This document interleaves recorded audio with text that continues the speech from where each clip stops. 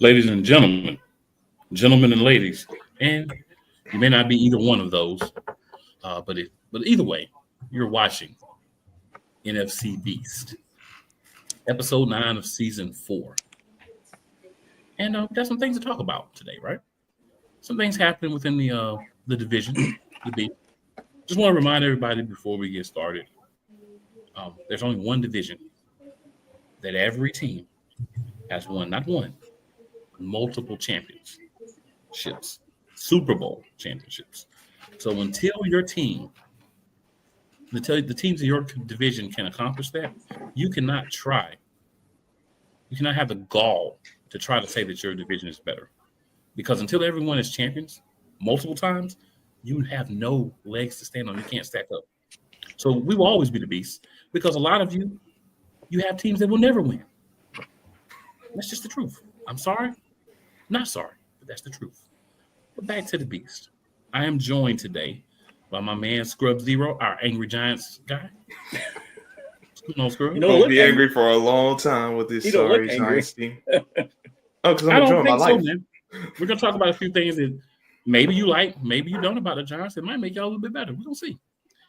Flo, making his season debut. Thanks for your service. So back from a tour. Thank you. A little 8-month tour. Tiny little 8-month tour. Thank you. Yeah, gotta represent defend the country. So thank you for that, sir. Happy late. I did post, but happy late Veterans Day. Yeah, I get them mixed up in my mind. Yeah, no problem, sir. No problem. And my cousin from another auntie. House coach, what's going on, sir? Yes, sir. I'm here, man. Despite the 5-game losing streak, man, I'm here. Week in, week out. You know what, man? It's rough because, like, when you look at the teams, you see that there's been some opportunities for everyone to have won more games than they have. You know what I'm saying? There's been some games where, like, we played the Giants. The Giants smacked us the first time. We weren't going to win that game. Because we came out feeling like, we're just going to do whatever. They're just going to lay down for us, and they didn't. But a lot of the games that all the teams have lost have been games that could have won. For instance, Denver. We all were up on Denver to play Denver so far and let them come back. Those are games that we should have won. There's no excuse to be up by teams double digits and let them come back and beat you. So that's a thing that, it just happened. They're going to probably end up going undefeated against the NFC East this year, and they're going to brag about that for 10 years. But that's okay because it's the closest they're going to get to a Super Bowl is bragging about defeating the NFC Beast. Good job for them. But, a little vitriol. I know some Broncos fans that like to stay in my inbox reminding us that they won a game. And I'm like, hey, that's great, man. I'm so happy that you guys won a game. It's wonderful. If you know my guy, Hot Take Jake, he's a Broncos fan. He loves. Yeah, some of the Broncos fans have been cool. They're just like, yeah, we won. He loves the fact that they beat us every time. Yeah, some guys just take it too far. That's okay because I don't think Dak's beat him one time. Really? It's been yeah. I don't think Dak's ever beat him. Wow. Oh, dang. That's a little surprising because Dak slings the ball like we give Dak hard. There's been some good games. I think it goes back to that day, that Romo game when it was Peyton and Romo and it was like 40, 51, 48. It goes back to that around that time. Wow. That's like we haven't beat him since then. Well, see, that's what happens when you have your Dallas guy on. You have a chance to learn a little bit of Dallas trivia because we're not going to ever look it up. So we see Dallas, and we're like,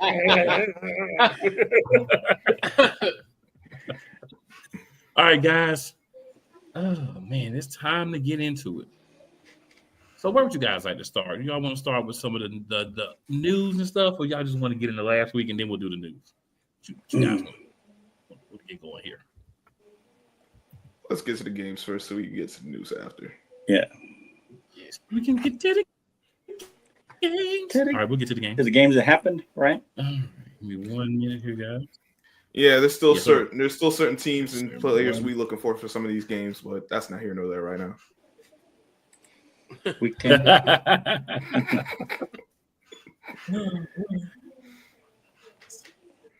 Some good vitriol here. All right, week 10. So, of course, we had a couple of interesting games. We ain't really talking about other divisions now. A couple of interesting games, but we'll get into the meat and potatoes. So first game, per the NFL.com, was the New York Giants. We're now 2-8, taking on the Chicago Bears, and that was a 20-24 game. I want to say, right, and I don't defend the Giants much. I don't defend nobody much, right? I don't even defend the Eagles much. Y'all know that. I'll get them to work too. I feel like if at the time head coach had the logic to say my quarterback, probably shouldn't be out here running because he's already been banged up and maybe snipped by a concussion or two, I think that the Giants could have held on. And I think that the main reason, there's obviously other things. I'm not saying, that one thing was different. There's a guarantee. But I feel like if you keep darting that game, you give yourself a better chance than you ever do with Russell Wilson at this point in his career. Now, Russell Wilson, and I call him Russell now because he's no longer Russell. In my mind, he's Russell Wilson now. And I feel like he's just the guy that's at the end. He hung around a little bit too long. And, I don't blame you. If somebody's willing to pay me, I'm going to hang around and get a paycheck. But did he still get paid from Denver? Yeah, so this year's last year. Probably. But, yeah, anytime you have a guy like that, man, and that's happening, I don't blame him. I'm not like, oh, Russell, why would you want to still get money? But I'm just saying, like, he's not it. So once you put him in, I was kind of like, They're doing the right thing this week. Talk about that later. But I feel like the Giants played, a game that they could have won. It didn't quite work out. The big run by Caleb Williams at the end. I will say the one last thing I'll say is I have a buddy who cannot stand Caleb Williams' painted nails. So all he does is every time Caleb Williams scores, he says, I guess I wonder what color he's going to get tomorrow since they won. And he just he goes off on the nails. Like he goes on a whole tangent. But you have painted nails? The Bears. Yeah, it really started when they were beating, and then Caleb Williams was on the sideline with his nails up, and one of his teammates was painting his nails. Ever since then, boy has vitriol toward him, like strong vitriol. But yeah, I think the Giants had a good chance, but I'll give the Bears a tiny bit of props for making a big play when all the momentum was gone because Russell Wilson was back in the game. We know what happens when Russell is quarterback for anybody now. All right, Couch Coach, your thoughts on the game. We're going to let Scrub go last because I know he probably got a few words there. So many missed opportunities. Almost pretty much the game was almost like a microcosm of the Giants season where they had that lead in the fourth quarter and essentially didn't capitalize in the fourth quarter. And it's just another one where it's like, man, if we could put some of these wins together, we could really be in contention in the NFC. So, not much on it, but yeah. Flo, any thoughts, sir? I really had high hopes for the Giants. I was thinking 8-9 wins going into the season. And if you look at their schedule, they could be 1, 2, 3, 4, 5. There's 5 games there that they could have won. At least they were in contention. At least 4. So you count those 4, and the whole season's a whole different season. They're 6 and 4. Yeah. Maybe 7-4, but 6-4, maybe at 500. So, yeah, I feel like it's. I don't know. Are we gonna talk about Daboll later? I guess. Oh yeah. Okay. Yeah. So I just feel like it's tough because when do you put in the rookie, right? Do you put him in right away and you put him in the fire? Or do you wait till later in the season? I feel like you should have probably waited with the rookie. Because in hindsight, I guess you look at it and they're like, they lost. They would probably be 2-8 anyway. Maybe still be 2-8, maybe 3-8, but they'd still be where they are now if they hadn't started the rookie. So would it make more sense to start him now and let him get some experience towards the end of the season? As opposed to trying to start him early and basically trying to save your job, I guess, in a way, which I understand why he started him early because I think, people were calling for the rookie to come in. So, but in hindsight, it feels like maybe he should have just let it ride with Russ, and you end up kind of in the same spot. And then now you kind of get free reign, let the rookie get in there and get a few games, no pressure. The season's over. You're not going to go and get me in the playoffs, and you just let him get out there and do what he can. And you take some, open up the playbook because it doesn't matter. You're not going to make the playoffs anyway at this point. And so, that's kind of how I look at it. I mean, I feel bad for our guy up there, but yeah, it's tough. I feel like this game, it was in the grasp and they kind of let it get away like some of the other games they've done all year.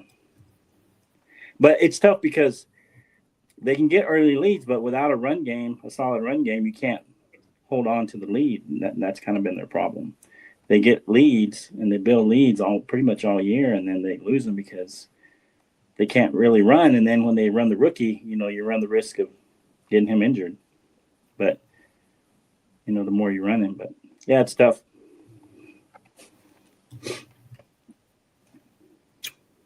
All right, Scrub, all you. First, I want to give credit to the Bears. This is nothing new for the Bears. They've kind of been a fourth quarter team all year when you look at the games they've won. So, they came through again in the fourth quarter. Listen, say what you want about Caleb Williams, but he has improved from year one to year two. Like, by little or a lot, you do see a difference in him. And that's definitely credit to Ben Johnson and to the young man himself for actually actually improving. Now to the Giants. Here we go again. Another blown fourth quarter lead. I personally thought we would have had a better chance with the rookie had he not gotten injured. The thing with Russ is that all season, like, you see the plays that, like, yes, Russ has his limitations. He's not the same guy he used to be. I think he would have best been suited on a team he would have had to go on a team like Indianapolis. Yeah, it would have had to be a team that has an offensive line and a run game already. Because think about it, his best year in Seattle, he had a run game. They were above average receivers, and they had a strong run game. The thing with the Giants is they don't run the ball. They don't commit to the run. They don't come up with creative ways to run the ball. And this has been an issue with not just the Giants, but most of the National Football League. Amen, brother. But it's tough when you lose Scatterboo, you lose neighbors. You lose you lose guys, players. But you still have Tyrone Tracy. All right, he's not Scatterboo, but you can still run the ball with him. These offense coordinators come in touted as geniuses as the next guy, but what if they? But a lot of them are just riding fame of successful quarterbacks. They're just. We're gonna be honest. Let's just call it what it is. Brian Daboll was a product of Josh Allen's success. I think he helped Josh Allen. Oh, I'm not saying he didn't help Josh Allen. I would love to have Brian Daboll as my offensive coordinator. No. But you have Me too. You guys have quarterbacks. You guys have established quarterbacks. That's the thing. Yeah, we do. That's true. But look, as a head coach, at some point, you can't keep blowing leads, man. You can't keep coming up with these sorry game plans. It's tough though. It's not all on him because the players ain't hold up on their end either. Yeah. There's a lot of guys who disappointed on this thing on team. The defense once again came up short. The offensive line has been up and down. I don't even it's been such a mixed bag. I don't even know what to think of them anymore. I don't think they're as bad as they were before, but they're clearly not where they need to be. Right. But I don't know exactly who they really are, aside from the inconsistent munch outside of Andrew Thomas. Yeah, one guy can't do it. You need at least three, I know. You need at least three guys. On the line, really. Yeah. And then obviously the receivers with Malik Neighbors down, the only reliable guy has been Wanda Robinson, and he's a slot receiver. so there's only so much you're getting out of him. Now we did have a Darius Slayton sighting for what, like that helps every once in a while. Right? but It's like, oh yeah, he's there. Yeah, he's there. He is. Either he's there making a play or he's there dropping the dang on ball. And you're like, man, I didn't want him on the team. That's true. All this to say, the Giants, this roster, it is this combination of talent is not here. The head coach, Daboll, who did get the boot, and we'll talk more about that shortly. He didn't get the job done. Russ, they didn't call plays for him to be successful, and then listen, and yeah, Russ, he's fallen off. But what's the one thing? What's the one thing that builds that? The one thing that any player will take if they got it, they play above what their level, above their projected level, and if they don't, they play below it. Confidence. Russ ain't got no confidence. You can see it out there. He ain't got no confidence, and they got no confidence in him.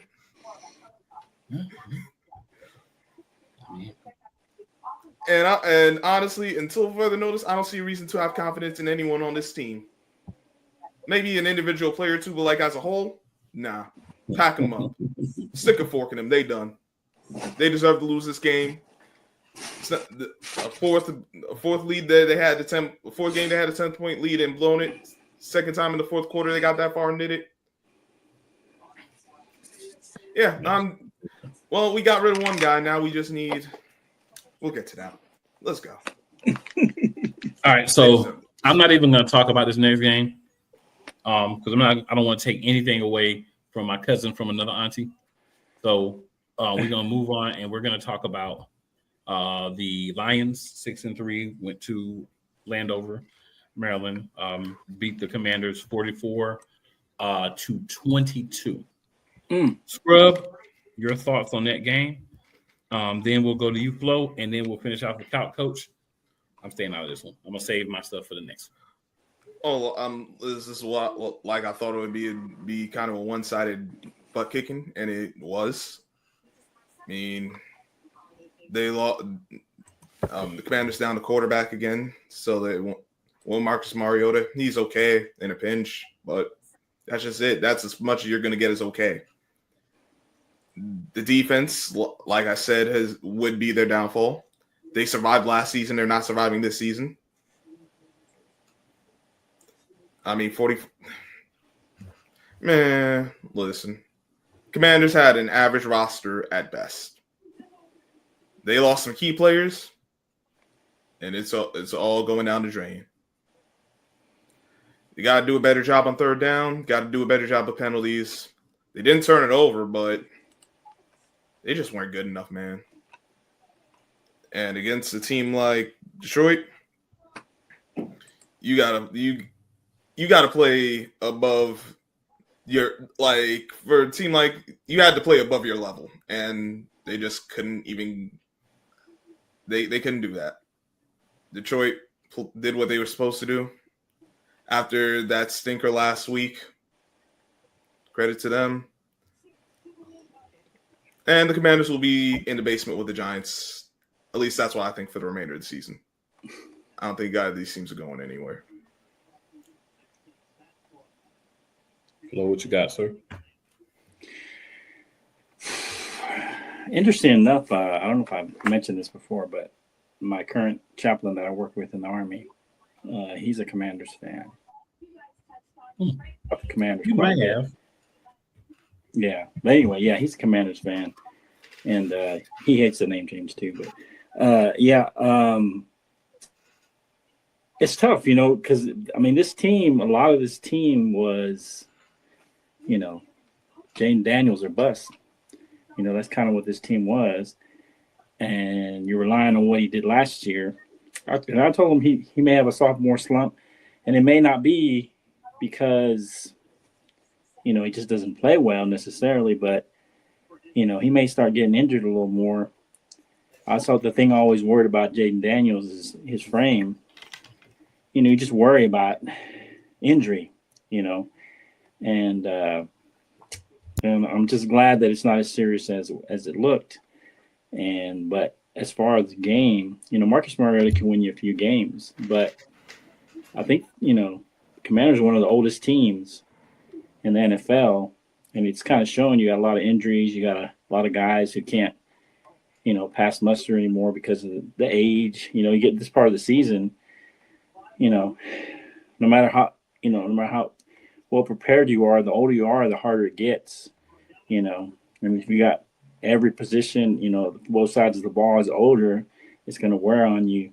And so I think that's a little bit of it. A little bit of injuries. Of course, you don't have your QB. And so, you lost some of your offensive players. Terry hasn't been healthy all year. And so this just kind of shows, what's kind of been their issue is that they haven't been able to be consistent on offense. And their defense has kind of been like ours, it just gives up a lot of points, gives up a lot of yards, and, has trouble stopping, other teams. And so that's kind of been a microcosm of the whole season is this game, minus their quarterback, who's been injured. But I think they score a little more points maybe, but I think the result may be the same because, you're giving up 44. So. Yeah, it's tough. It's tough. It's the first time I feel bad for the Giants and the Commanders. Just because I know how it is. You get injuries and all this stuff goes. Your quarterback is injured. You don't like your coach or whatever. But yeah, it's just it's a tough year for both teams and for the Commanders. Couch coach is all you, sir.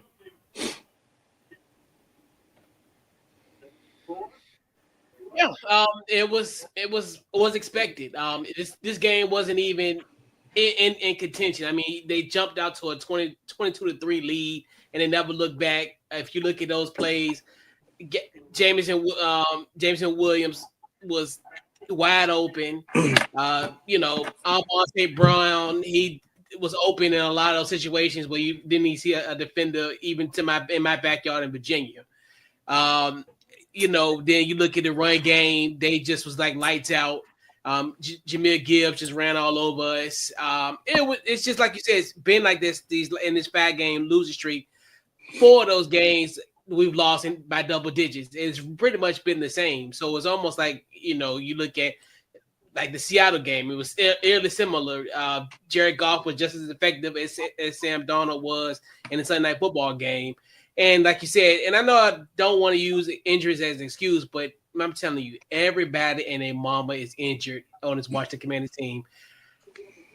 We lost our first round draft pick, Trey Amos. Treylon Burks just got on the team, got injured, couldn't even make the trip to Madrid on Monday. It's crazy. It's so crazy. We literally have a laundry list of guys that are injured on this team, and like defensively, we can't do anything. And that's where it's kind of where it's to a point where will we win another game? And Scrub, you talk about the basement. We're going to be at the bottom of the basement. We're going to be asking y'all for help. We can be the basement. We can be in the crawl space at this point. It's because I don't see them win another football game. I thought Sunday was going to be possible. But they got weapons. Got Miami coming. Right. That's what I'm saying. But they got weapons. They got Waddle. They got Antoine. They got guys that can gash us. So I was like, they got playmakers. And we know we've had quarterbacks playing with clean pockets. So Tua Tagovailoa might look like Tua of old. I mean, those guys pretty much had clean pockets. So, like I said, that was the only chance I think of us winning a football game. And, like I said, we got New York coming up. But they're a different team. They're a different team than when we played them on the first week of the season. They're not playing Russell Wilson. Hell, Jameis Winston might gash us. At this point, I ain't talking. He might give you a couple too. And a Mike Kafka, he might do a legitimate job in these next few weeks. 30 for 30. He was up for head coaching job last year. Right, I would not put it past that they would beat us. As I said, I'm telling you, we're in the crawl space. to be taking the last place and be there for a while. I feel Be it. there for a while is insane. Hey, But it might really be true. I can't even lie. oh, it's the facts. It's the facts. The way this team playing. So Monday Night Football. Oh, go ahead, sir. Oh no, the way this team playing, we ain't winning another game this year. Really? We really got to talk about that Monday night game? I'm gonna make it fast because if you watch just the highlights, that was fast. Monday Night Football, November 10th. So we played the first half where everybody decided just, we're gonna have the ball for a few plays, y'all gonna have the ball for a few plays, and then we gonna have the ball for a few plays, y'all gonna have the ball for a few plays, and we gonna fumble to y'all and we about to score and then do nothing, and then y'all just gonna not do nothing the rest of the half anyway, and then y'all gonna fumble it back to us at the end of the first half, and y'all gonna get some points. The Eagles did win 10-7. No one's ever upset when their team loses, but I think concern on the offense is a big thing. Kevin Patullo is not an NFL offensive coordinator that calls plays. Nick Sirianni can't call better plays than my 9-month-old nephew. So, as currently constructed, if the players, mainly, Hurts and a couple of other guys who've been there for a while, don't get together and start, hey, we got to do something different because it's not working, this is going to be a problem. Offensively, this team has looked putrid in most games this year. Defensively, I would say every game but the Giants game, they've looked really good. I think in the Giants game, the big problem with that game, and again, not to make a mistake, not to make a, not to blame injuries, but when Quinyon Mitchell went out, I was ready to turn my TV off and go to sleep because we only have one good cornerback right now. Because Adoree Jackson is what I would call trash juice. And then Keely Ringo runs like he has cement boots on. And is timid to hit even though he's supposed to be a hitter. So when those were the two guys that were playing cornerback for us against the Giants in that first game, I was like, bro, there's nobody to stop anybody. And you can see it on the field. So, but with everyone healthy and back, I think the Eagles' defense is a top 5 defense. Problem is you have two sides of the ball. And this offense, I don't think there's anybody on the staff that can call plays, to be honest with you. And I'm a little disappointed in the general manager for allowing him to call the guy. And this is what I want people to understand here. This is the guy, Kevin Patullo, who he overlooked and went with someone else last time he was doing an internal candidate. So he wasn't good enough 2 years ago. He hasn't called any plays in the 2 years, but now all of a sudden he's good enough to be the OC. And you clearly see he's no better than Brian Johnson. And we may be insulting Brian Johnson because this is pretty bad. We saw last year these same players. We didn't lose any top wide receiver. We don't have a different quarterback. We didn't lose any linemen. Well, we lost one, but he was replaced. And it just doesn't look good. And Nick Sirianni, you got to do some soul searching and you got to figure something out, bro. You need to go find someone to come in and be a consultant that can actually call plays. Because what we have now, this does not look good. I mean, we could win just because of how good we could be defensively. But when you start looking at offensively, putting up a lot of points on the board with these same generic plays, and this one week we play a little bit better, the next week we take 5 steps backwards. It's not going to work. We had 15 days and we came out and this is what we had. Again, happy we won, but everything else about that game is disappointing. Couch Coach, anything you want to add, sir? I mean, yeah, you covered it. Like you said, first 1-10 won that game, and it was a defensive effort.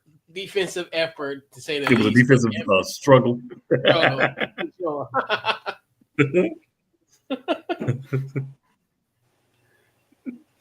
A lot of struggling. Anything you want to add, Big Flo? Well, I think the saving grace for the Eagles right now is the fact that in the trenches on the D line and the O line are basically covering up your flaws. You know, the D line's covering up for your secondary, you know, and the O line's covering up for the play calling. I'm guessing is, you know, you get a couple, all you need is a couple of plays and, you know, you score just enough points. And so I think the trenches right now is covering up the flaws in the other part, the other side, both sides of the ball. That's the way I kind of see it. Okay, any argument from me on that, sir? What you got, Scrub? Both defenses played well. The offenses were offensive. Very offensive. Seriously, they were. They were very true. I saw the same problem for both sides. Like, bro, like all y'all had to do was run the dang on ball. Y'all would y'all ran the ball, boy. Y'all would have helped. You would have gotten it done. Same for Green Bay. I'm like, hey, how we get through one half of football? Oh, you're talking about running the ball. How dare you? I know. That's blue light bad word right there. I was like, how are you guys? And that's why I said it's a problem in the National Football League. Like, bro, all you got to do is utilize your run. Both teams got play action quarterbacks. I'm just gonna call it what it is. Jalen Hurts and Jordan Love are play action quarterbacks. Jalen Hurts works well when y'all run the ball and then you run play action off it. Get him in the rhythm. Because when he in rhythm off of that, who's stopping y'all? No one. Yeah, when you get in rhythm, yo. But your offensive staff got an allergic reaction to actually doing something that makes sense. Shout out to listen that. But I gotta give Harry credit for getting Jalen Phillips because y'all didn't need an edge guy. He came in. He definitely helped out a lot in that game. We'll see if he continues on at the very least for one game. He was an asset, and not a liability, because we know the two corners. The aforementioned Adoree Jackson, who I've had no use for him for years. Now you see it firsthand. And Keely Ringo, I'm seeing that. I'm like, hey. I've never seen someone run so slow. Play outside corner. I've never seen it. I don't understand. Neither do I, but you got a practice squad, at least get you a little more speed. You can move up. I would personally do it because it can't be any worse at this point. Might as well try it out. I mean, you could go to Pittsburgh's practice squad right now and get a cornerback. Stop playing. For real. Pretty much. But they're not going to do that. Go to Seattle, man. Get to one of their practice. The only other thing I'm going to say is right now. I've heard the comments I heard the whole thing with AJ. Like, listen, AJ Brown, right? Y'all, like, the offense, y'all ain't good enough. I understand what you're saying. I may not agree with how he went about it, but he's frustrated because y'all ain't getting it done on offense. And from what I heard from him, he's like, this is not going to get y'all to where y'all need to get to, which is the Super Bowl. Defense playing well, offense got to pick it up because at some point that defense they're going to have a game where they can't hold up. And with offense playing like it is, if that happens in the postseason, you're going home. So Nick Sirianni and company pick it up. Find a way. They got a good test coming up. See if they can. Yeah, sure. Detroit, yeah.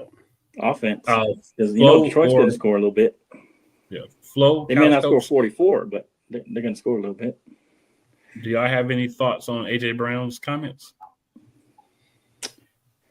I kind of agree with what Scrub said. Pretty much, I agree that as far as the offense does need to pick it up, but the message, the delivery of the message is something that needed to be internal. It shouldn't be something that should have been in the media because, the media runs everything. And they already kind of ran with that narrative with the book situation. Now it's like a continuation of it. So it's kind of one of the things where it's like you're feeding this story and you're making it kind of, making it bigger than what it is. But like you said, it's going to get to a point where, because you're going to have the Detroits of the world. You're going to have the Seattles.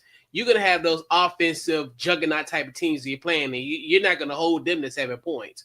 And like to Scrub's point, where if you can have a situation like Green Bay, but you may not even get to face Green Bay. You might have to play one of these teams in the opening round, and you could be eliminated. So it's just one of the things where it's like, yes, you match up well with the Packers because they're kind of almost similar in the same ilk. But when you deal with an offensive juggernaut teams, especially in the NFC, it could be a problem. And like you said, Flo, where you got a huge test in Detroit this week, so it's going to be a good litmus test to kind of see how this team will go against a high-powered offense as Detroit has.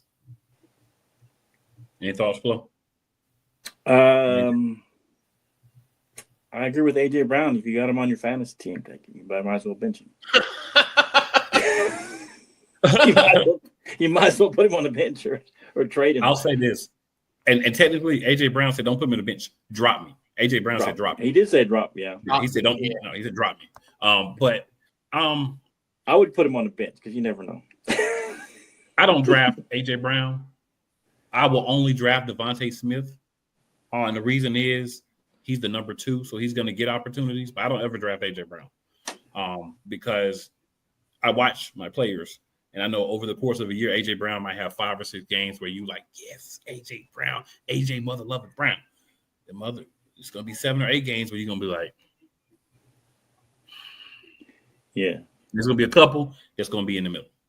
So far this year, we've got one AJ. But is that AJ Brown or is that, like you said, the play call in Jalen Hurts? We're going to get to that.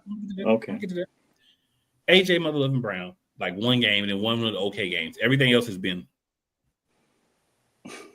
But a lot of it is targets, right? Everybody says, "Oh, AJ Brown." Like, so I saw an Eagles fan saw his post the other day, and I started to get on there and just really go in. But I was like, I'm turning over a new leaf. I'm calming myself down. I'm being more zen, so I'm not going to allow this stuff to get me upset anymore. It's not worth it.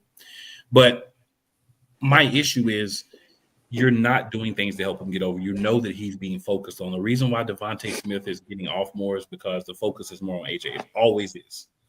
So in order to combat that, you have to do things like rub routes, run him in crossing routes where the other guy has to take a step around another wide receiver, different things to just give him a little bit of space. Because you give AJ just a tad bit of space, he's going to make plays. Can he make plays down the field? Absolutely. But the quarterback has to have time.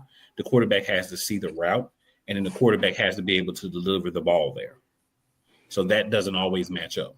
But there are opportunities where he should be seen, where he has a step or he can make a play, and he's not always getting the opportunities. Saquon Barkley is getting frustrated as well. You know why Saquon Barkley is getting frustrated? Because he was a 2,000-yard rusher last year. And look at his stats this year. And again, I didn't expect him to be similar to that. I said on here, if he can get about 12 to 1,400, that'd be about my ceiling for him this year because I knew defenses were going to focus on him. You're not going to sit there and let this Philadelphia Eagles team just run all over you all game like people did last year. So you expect those things, but then you counter with AJ, with Devontae, with Dallas Goedert. I think that Jalen Hurts forgot how to run the ball. I think that he's being told not to run the ball. I feel like every year he runs early and then he stops, and I feel like he's being told not to run the ball. And I think that's affecting him. But my biggest issue with the offense is we have a quarterback who's a veteran who has his big money contract. You don't have to do what they say. You can tell them piss off and do what you want to do. And if it works, they're going to love it. And if it doesn't, it is what it is. And it's going to work sometime. What are they going to do? Oh, Jalen, you didn't run the play we wanted. I'm going to sit you down.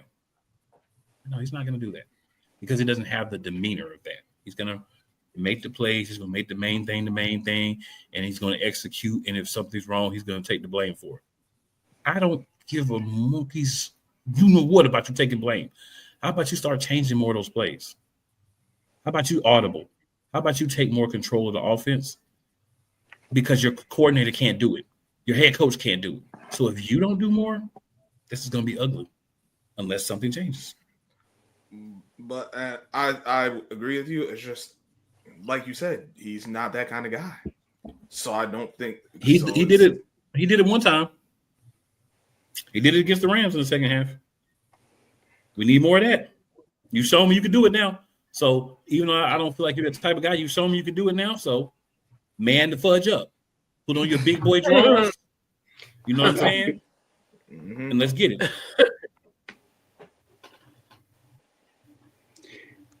Yeah. I mean, I feel like Jalen, well, for the most part, he says a lot of the right things, you know, you're supposed to say. Mhm. And he does it the right way for the most part, you know, as far as the way he goes about his business, you know, on the football field and, you know, in the media.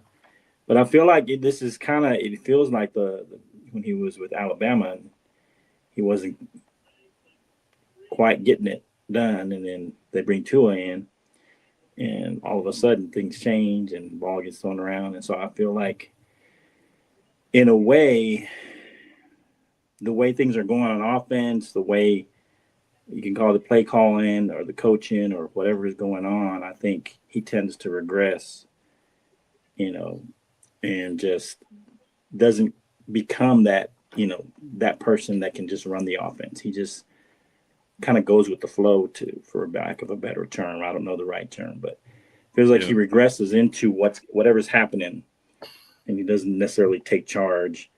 I mean, he'll say the right things and do those things, but when things start kind of going sideways, I feel like he just kind of goes with the flow and just puts his head down and just keeps going, as opposed to taking charge of whatever's going on, changing things up, like you said. Yeah. So, Flo, unfortunately, some very sad news from the Dallas Cowboys. And I want to say, I'm going to let Flo talk about it because it's his team, but I want to say, as a fan of another team who hates the Dallas Cowboys, this is not something to celebrate. This is not something to make fun of or smile about. This is something to, you know, understand the severity of, and mental illness, you know, mental health, people needing help. It's important. And also, this is a time of year, and I say this every year because I'm someone that, you know, suffers from depression myself. This is the time of year, and it never goes away. This is the time of year where people who struggle need friends to check on them, family members to check on them, and those type of things, right? Some people are stronger than others, but this is the year, the time of year. You know, you start to get into the holiday season, Thanksgiving, Christmas. This is when you see a lot of people harming themselves and doing things that you wouldn't want them to do because their mind state just gets so thrown off. So check on people and don't applaud when this happens. Don't think it's funny. Don't laugh about it. This is serious. This is real life. Like, you can not like a team, but you've got to understand there's a person behind it. Go ahead, Flo. I just want to throw it out there. Hey, I appreciate it. Cool. You always kind of bring those kind of things to light, not even when something like this doesn't necessarily bring it to light. Yeah. And I appreciate you, bringing that to light. And so, yeah, I mean, it was devastating for a lot of people because, you know, he'd only been there a couple of years, but he was a likable guy. He'd been in commercials with Dak, and, you know, he seemed, you know, that's why you always, you just never know. And I feel like I've been through enough of these that I kind of know, not necessarily the signs, but, you know, unfortunately, my brother-in-law suffered, you know, was you know, he was suicidal as well, and he committed suicide as well. And so, and he was a likable guy, man. He liked to make people laugh. And so a lot of times, you know, we look at Robin Williams. I mean, it just because a guy's smiling on the outside doesn't necessarily mean everything's okay. And so a lot of times it's hard. And so to reach people when you don't know where they're at. And so I just, you know, like you say, cool, you just never know. And just because sometimes for me, a red flag is when someone tells too many jokes and wants to make people laugh too much. And so for me, even in the military, you know, working with the chaplain, you know, we have a hands-on with all the memorials for any of our guys and soldiers in the Army that pass away. And unfortunately, probably I say I have been to, in my career, over 18 years, I've probably been to, not necessarily had direct contact, but been to or had direct contact with probably 60 to 70 memorials, and probably half of them were suicides. And so, this is a problem. And so for me, hey, man, if you got that friend that's always joking, check on him. I mean, you really get to know him. See what's going on inside, going on with him. I've seen too many of them. And so in the military, especially, and then so this one kind of hits home because, the suicides it's just an epidemic at times. And these things happen, and it's not like a person is just, you're going to see them depressed, and then you'll see the signs of depression. Sometimes they're extra happy. Sometimes they're really jokey and happy, and you're just like, so for me, hey, that friend that's really joking and happy and telling extra jokes and just seems really happy and go lucky. Sometimes you got to check on that guy, because sometimes that's not a good sign. And so, just be aware. And it's an unfortunate incident. He had so much ahead of him, only 24 years old, and it's just a sad situation all around. And so, but I appreciate you bringing it to light. And I think they're going to have a special, I'm not sure what's going to be on the uniform. I heard I don't know if it's just his number or some kind of special the rest of the season on their uniform, remembering their fallen player. And so, yeah, it's tough. And so, just like I said, hey, check on those guys that you don't think or look like they may be suicidal. Check on them. Yeah, I appreciate it. That's a good point, man. That's a good point. Scrub or couch coach, y'all want to add anything to that? I'll take it a step further. It might even be someone who's suicidal, but just like it might be some people they look like they got it all together, and just like regardless of what the situation is, we all got people in our lives that we care about, and whether you're here on the panel, you're watching, whatever the case, just reach out to your peoples, man. Let them know, hey, it's okay to not be okay. It ain't got it ain't got to be me or but have someone you could just talk to if you got a vent, if you just need to talk, just have a conversation, just have someone who can ground you, who know that oh dang, I wasn't even expecting that, but appreciate them just reaching out, just seeing how you're doing. Because I mean, listen, life is short, man. You talk to someone one day, next day they just fall off the face of the earth, and then you hear their passing. It's like, damn. Yeah, I mean, you'll be surprised, and especially in our line of what we do with soldiers. You can't really, I can't say, hey, I stopped, so many suicides. You don't really know. Right. But sometimes that's why I'll just all of a sudden, somebody who you wouldn't even think, I'll say, hey, come here. Hey, I say, hey, what's going on? And he goes, hey, how you doing? I said, yeah, I'm good, man. And this and that. I said, no, but how you doing? You good? Everything's good? How's life? You got any issues? Things that you need to talk about? I said, no, I'm good. But you'd be surprised how many people will kind of open up to you, just coming up all of a sudden and just out of nowhere, just seeing how they're doing. And so it's one of those things you just gotta almost be random about it. When you at least think about it and just come up to the guy, one of your friends, that you talk to, and just all of a sudden, hey, and just pull them aside, so that way it's not something that's public. Yeah. and just talk to them. Heck, Just you see. could- And sometimes it's nothing, and they're good, and everything's good, and you just move on with your day. But sometimes they'll open up and they'll tell you what's going on.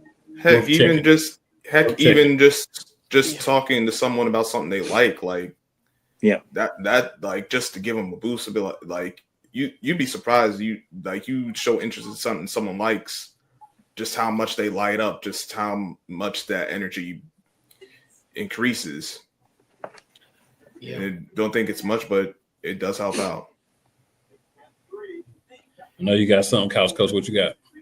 Yeah, and like just pretty much to echo the sentiments of everyone, like you said, it's like we talked about this on my show, and it's like you said, it just comes out of nowhere. You like in people's perception, you're like, okay, he had this, this amazing block punt for a touchdown on Monday night, and then essentially 40 hours later, he's gone. And it's one of those things, like you say, it's like, and that's another kind of telltale signs, the highs and the lows of situations. Like you just never know. And like you said, and one of those things too, where you just look at it where, yes, we all, it's all about building a community. And like what Flo said, as far as just randomly talking to somebody, because probably what ended up happening why that person was vulnerable, because it probably was the first time. So you when you talk to that person, that probably was you probably was the only person that talked to him that whole entire day. So of course he probably would have been more vulnerable to talk to you and kind of open up. And that's one thing too, where most of us, man, we don't really like you said, had those kind of conversations. But now, obviously, now as the things have evolved, and now we have developed a community and checking on people. And like you said, it's and it is that time of the year. I mean, like we talked about the holidays, especially if you lost somebody, you think about traditions. You just think about stuff that when you lose somebody, you lose a part of yourself, and then some of that kind of gets in the way. We know, obviously, with Marshawn and his mother passing away last year, so it's kind of one of those things too, where you look at those type of situations, and if you've lost a parent, you're never the same, and it's just one of those things where like if he had a flow, they had a conversation with him that Wednesday night. It could have been that way. I know like he sent and I think another thing too that adds another layer of tragedy is that his girlfriend was expecting his child. I think that got me this week. I mean, it just really man, you just think to yourself, this is another and a child gonna come into this world not knowing their father. And I think that is just so heartbreaking. And that's another thing too, where it's, you think to yourself, you don't even know your father, and just the fact that it's just heartbreaking. And I do give the we always kind of joke and talk about Jerry, but I'm gonna tell you one thing: I don't care what nobody say. Jerry look out for his people. I don't care. You can say anything negative about Jerry, but Jerry will always look out for his people.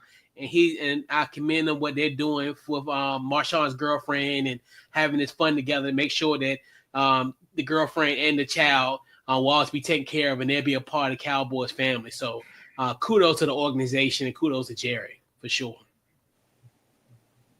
And let me just say, I mean, who knows what he was going through? I mean, you just, like I said, you never know.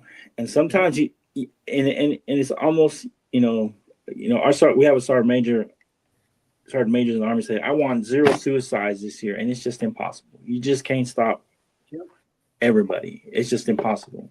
As much as you want to, as much as you try, as much as you, with this guy, you just don't know what was going on. And then Right. what really triggered this is that, he fled from police. Right. And so if someone's in a certain state of mind and now he flees the police, he's a star, people are going to find out. He knows people are going to find out. And then he starts catastrophizing in his brain. And all of a sudden, there's no way out, And so that's what happens. And there's a trigger. And if somebody may have been able to talk to him prior to this, what was going on in his life, maybe they could have helped him. So when this event happened with the police, he wouldn't just snowball it into something that it wasn't, right? Because that's kind of what triggered it, is that he probably he left the police, and it was on chase, and he got away. But at the same time, he knows they probably got his license plate, something. So you start going down that trail, and then your mind starts going, and then you just start everything. My career is over, my life's over.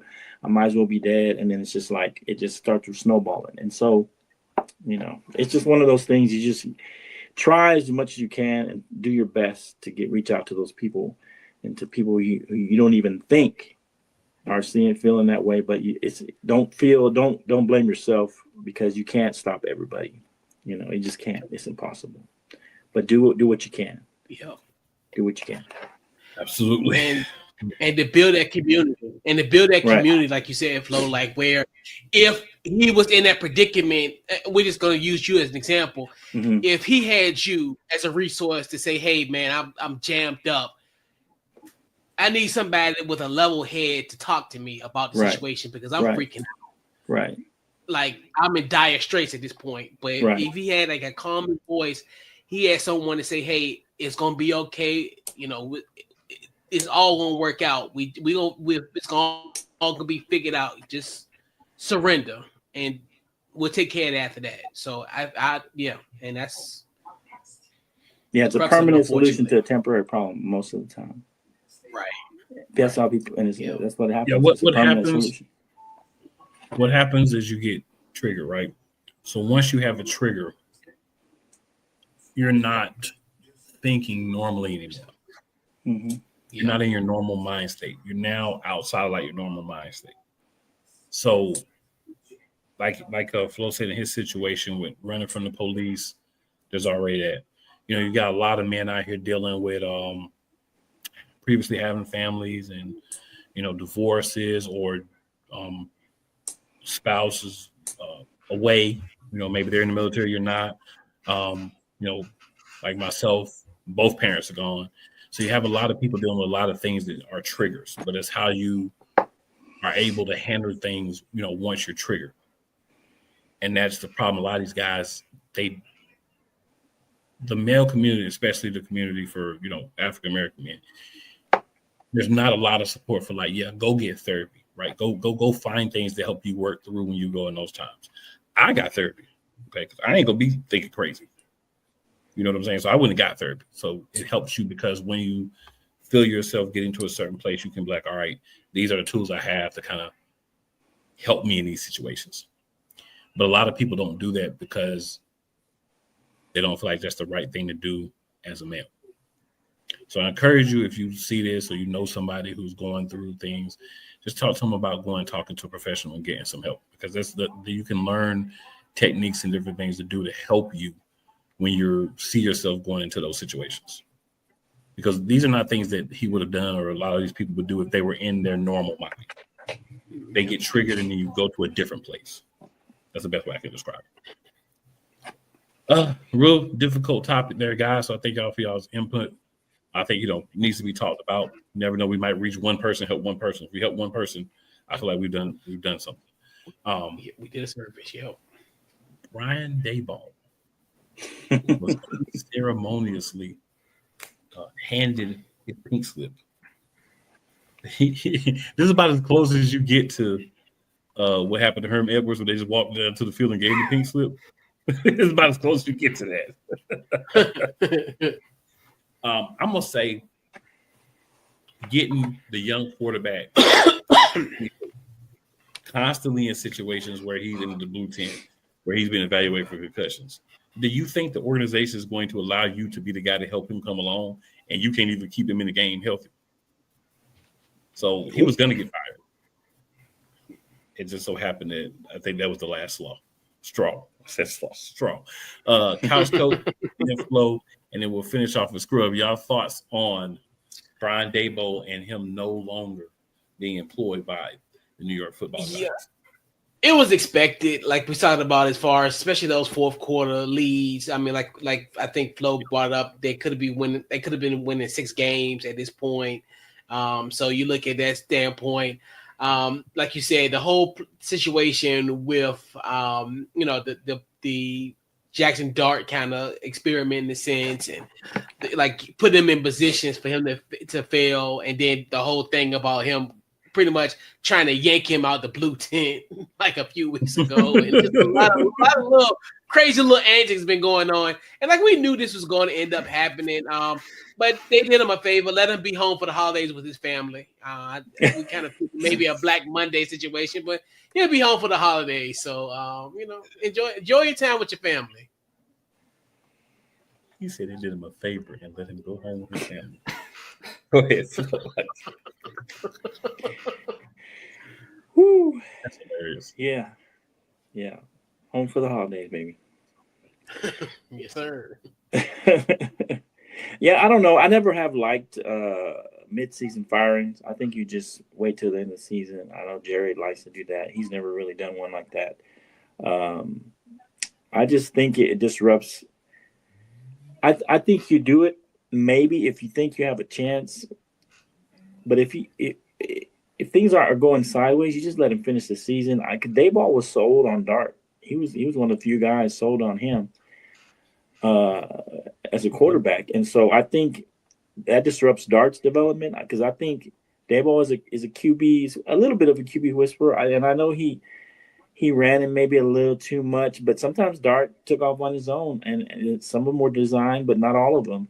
And so a lot of that is just being a rookie quarterback. You see things that aren't there and you take off, before you need to. And sometimes, so that's just part of his development. And Daboll, I still think I think he'll get hired pretty quickly. I think this was just a bad situation. I think this was just one of those things. 1 year Daniel Jones got injured, and then I think Saquon was injured 1 year, and it's just he never could quite get the offensive line. And sometimes with a head coach, it's just situation. It doesn't work out, and I think he couldn't quite get the offensive line right. Whether he was just not hiring the right coaches, not drafting the right guys, not putting in the right pieces. Ultimately, he's the head coach, so he's going to get the blame. But sometimes, if you don't get the right staff together, that bodes bad for you as well. And so, I feel bad. I think you just fire the guy at the end of the season. Most of the time, when a mid-season firing happens, it's because they kind of already got a guy in mind. I don't think the Giants have a particular guy in mind necessarily. I don't think that was the case, but I just think it disrupts the team too much. Disrupts, especially a rookie quarterback. I think you let him play it out and then just fire him at the end of the season and move on that way. I think that's much better, but you knew it was coming. So, it's just one of those situations that there's nothing Daboll could have done. Even if he won out the rest of the year, he's not going to save his job. I don't think so. You just let him finish the season, and then you got the whole offseason to worry about it.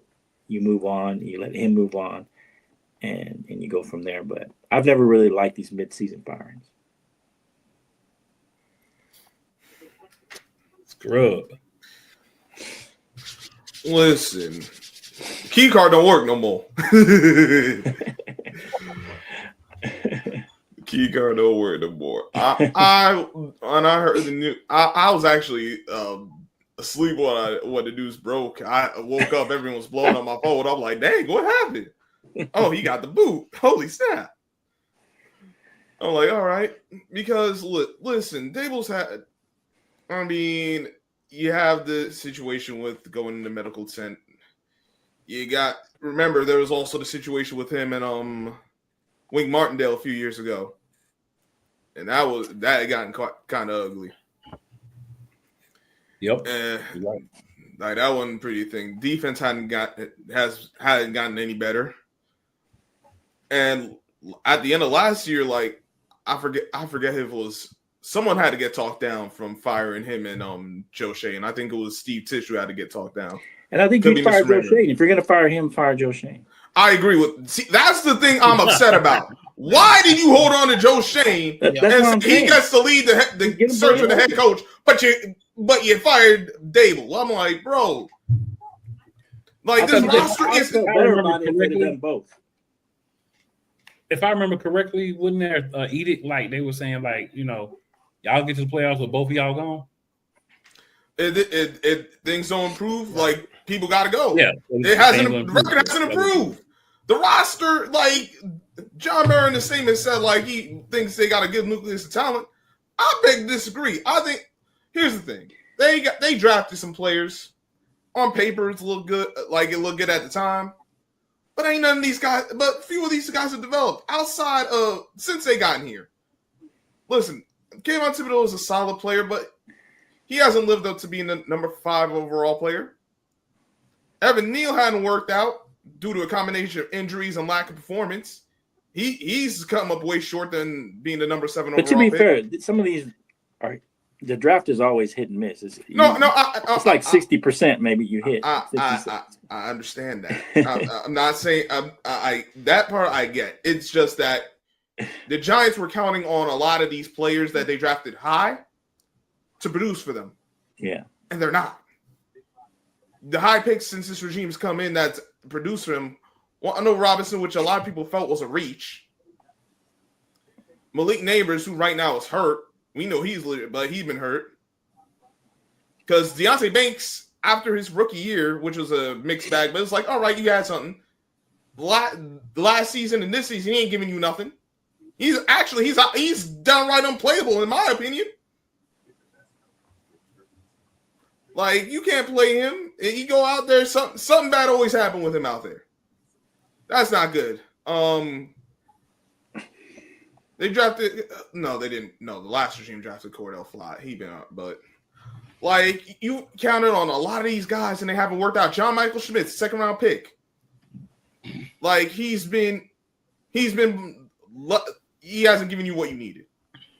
Like at what point do you say the heck, like the GM ain't getting these players? All right, you got Scadaboo, you got Tyrone Tracy. Those were good later round picks. Micah McFadden's been solid. But, I mean, if your best picks are late round picks, like if those are your best that's players. Good, though. No, it's good they're developing. But, like, if I only got one first round player and my second and third round, the other first round players ain't giving me what I need. My second and third round guys ain't giving me what I need. What are we doing here? Like, why? How you still got a job as the GM?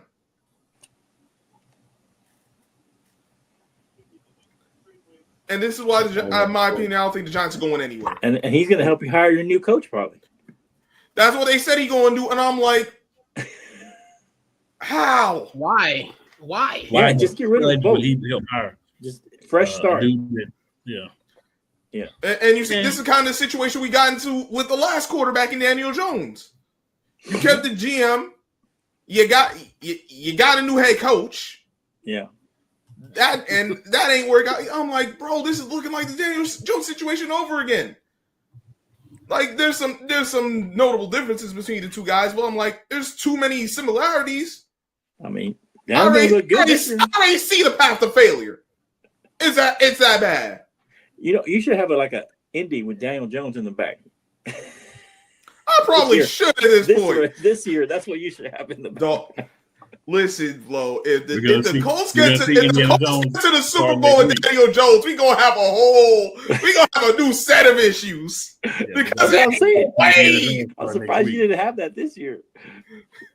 Because I'm not a Daniel Jones fan, but listen, I knew it wasn't ever always on him. I just didn't think he was a franchise quarterback. I still personally don't think he's a franchise quarterback. But you know what? I seen what you could do if you actually put things around and be successful. We saw it the first year Daboll was here, and then they got stupid and thought he was going to be the guy to carry him. He was never that guy. He's a complimentary player himself. So I want to switch this up because I know that we'll be here for a long time. Yes, let's get to the rest of these games, man. So before we get to the games, I just want to say, if you, by the time you record this, by the time you see this, if you're watching this, go back and think about the Thursday night game and think about the fact that the New England Patriots are wearing denim jean jerseys. They're not either. No, they really do look like that. I can't lie. What? They're not really denim, but if you look at them, they look like denim jean jerseys. They are terrible. I saw this. I'm like, right now, right now. But hey, they winning in them right now. So they winning in I gotta their shut denim my socks mouth. and their denim jerseys. But jerseys. Almost like this material, almost like bruh, this material. Now I gotta look at this. we seen some ugly ones, but whoa, I saw that. Oh my I've been God, seeing it the this whole was- time. Like, whoa, that's crazy. But Now you got me wanting to look at this thing. and they look like a pair of jeans that's been washed like 10 times. You know Yeah. what I'm saying? The stonewash jeans. Sunwash jeans. Stonewash jeans. All right. International game, November 16th. Madrid, Spain. Got the Washington Commanders as the away team and the Dolphins as the quote unquote home team. Though I don't Washington's. 607. Although anybody's home in Madrid, but that's another thing. So, guys, who do you have winning this game? I'm gonna go Commanders because I think that Tua is just Tua. I'm gonna actually get a Commanders this one. I'll go next. I got as much as I don't like Tuna Fish and Mike McDaniels and Dolphins. That's who I'm going with because they got a chain. Yeah, they are ugly. They still got Jalen Waddle D.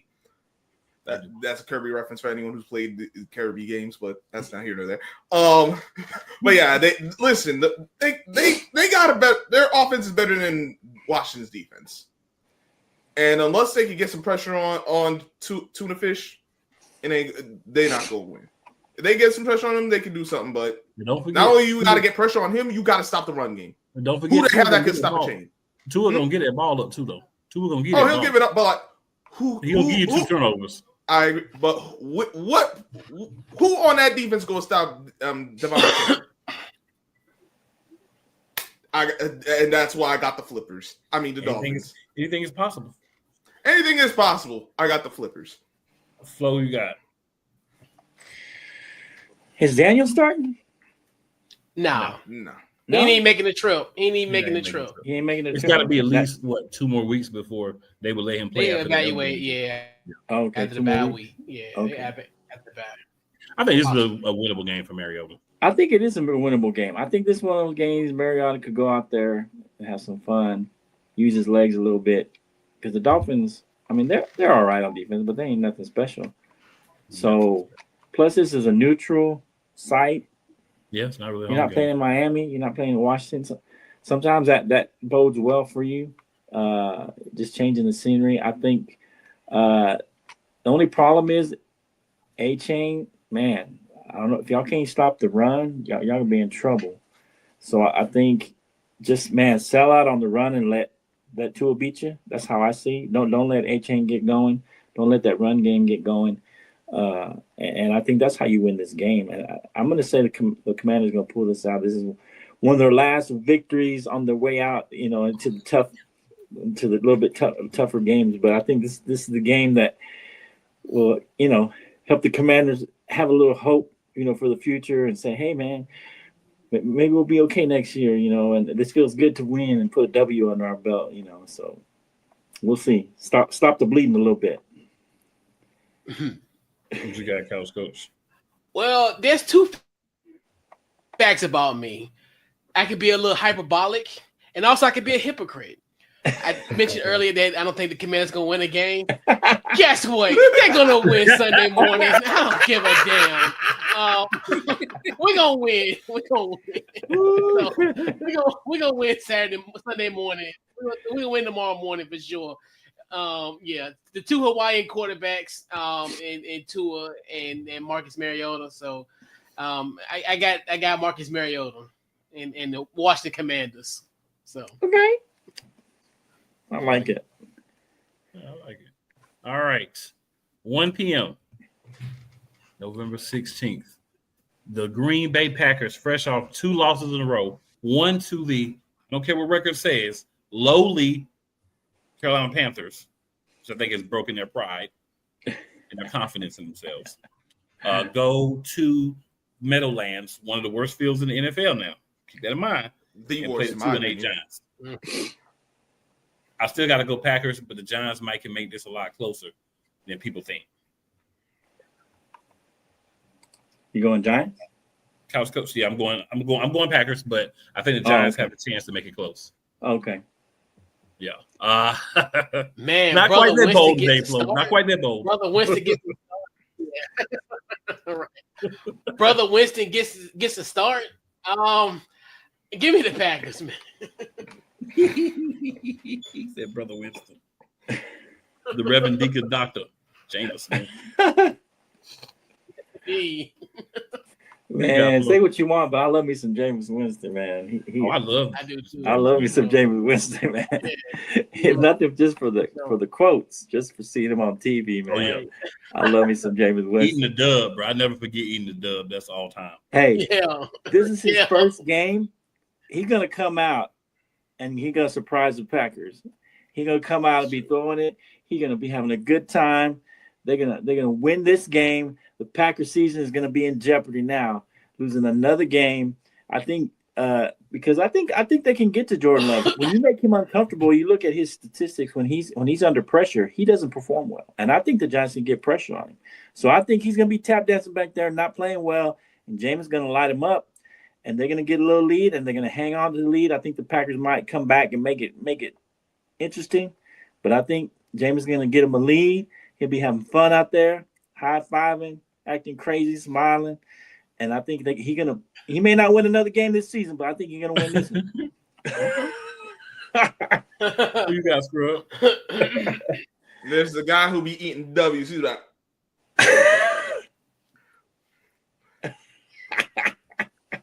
Unfortunately, he plays for Little Blue, and until Little Blue proves otherwise, he plays with a lot of these guys with these backups. He's been playing on the practice squad. I understand that, but he got a good. They have shown for quite a while they are Little Blue, and until they outside of one game this season, which was against the Eagles on Thursday night, they have been Little Blue. Yeah, they were Big Blue that night. Yeah, that's the only time they really been Big Blue. Because even against the that Chargers, they look like Little Blue. It's just that the Chargers be sorry. This is going to be that game like he did with the Browns. It could be in the snow. Oh, he's gonna put it up. I know he's gonna put it up. Whether that's good or bad, we'll see. He's gonna slang it. He's definitely gonna slang it. But I don't think the Packers are gonna lose 3 in a row. I hope. Well, actually, no. I need everyone gone. So yeah, I do need the Giants to lose. So no, I want this whole regime. This is gonna keep done. This game will keep the GM's job intact. Oh my God, no! Come on, Pack. Go, Pack, go! I got the Packers. Come on. All right, we got the 6-3 Detroit Lions traveling to Lincoln Financial Field, November 16th, 8:20 p.m. to play the Philadelphia Eagles. I will be calling that game, by the way. Y'all know who I'm picking.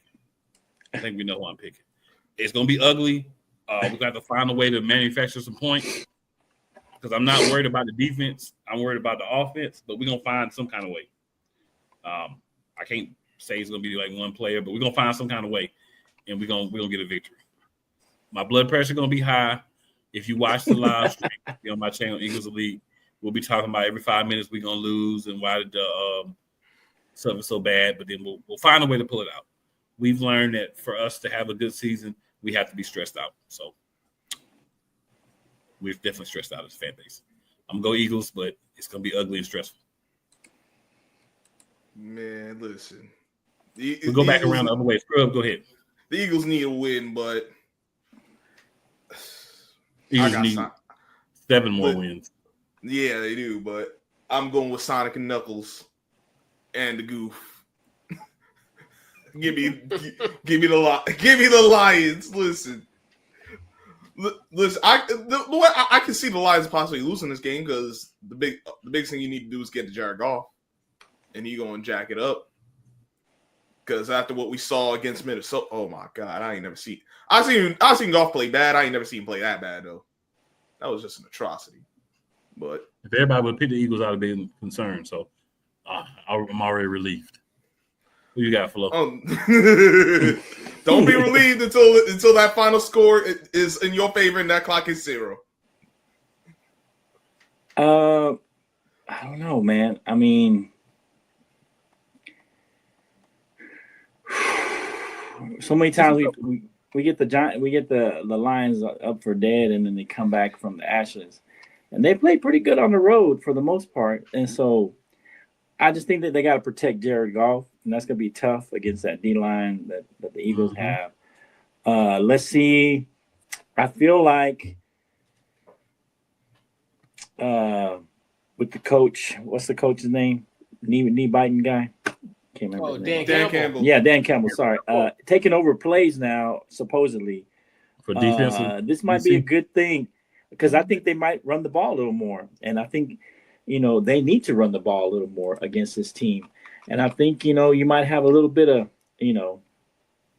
Jamar Gibbs coming up and having a good game, Montgomery having a good game. You have a 1-2 punch, and I think that's going to help them. And then the Eagles may have to throw the ball because they might be coming from behind, and I don't think that's their strength. And so, can they get some big plays through the air? Yeah, Jalen can get you a few big plays, but coming from behind, making Jalen throw the ball, I think that's the key to this game. And, holding on to the ball and running the ball. So I think that's what they're going to do. I feel like Jared Goff is, as long as he's protected, he's going to be all right, and as long as the run game's going. And I think that's what's going to really help them. I think that it's going to be an ugly game. I don't think it's going to be high scoring.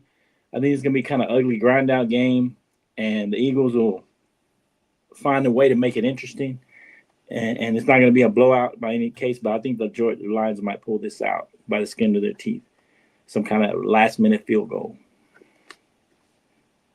All right, Couch Coach, who you got? Yeah, man, I definitely think the Eagles are going to win this game. I'm just, obviously I'm still reeling off the loss on Sunday. All I got to say is Jalen Carter. If Amon St. Brown come at you, you got to get your NFC Beast lick bag. Do it for the NFC East. But make sure you don't spit on it. At the end it. of the day. Please. No, don't do No, we're not doing no. Like we said, we're not going to do that. I'm just saying when you say get your lick, form of it. make sure you be specific with Jalen Carter. About that. No, make sure you're specific with it because he might that's be like, true. oh, That's preface. No, we don't want any bodily fluids. We just want some. They got target the door too, my man. No. They're definitely going to target. Yeah, that's true. I just want. Yeah, so when he does the little want to be these dances and stuff, yeah, and him trying to act like he don't do nothing on the slide, get his ass. That's all I gotta say. Just get his ass. Hey, at first I didn't see the first play. I don't know if he punched him, but you can't be like running your mouth and talking to people, and then like just think it's gonna be over. You know what I'm saying? Right. So thinking it's sweet. Yeah. All right. And then Monday Night Football, November 17th. Dallas Cowboys travel to play the Las Vegas Raiders. I got one thing to say about this game. I don't care who in the NFL you put in against the Cowboys this week. The Cowboys are whooping their ass.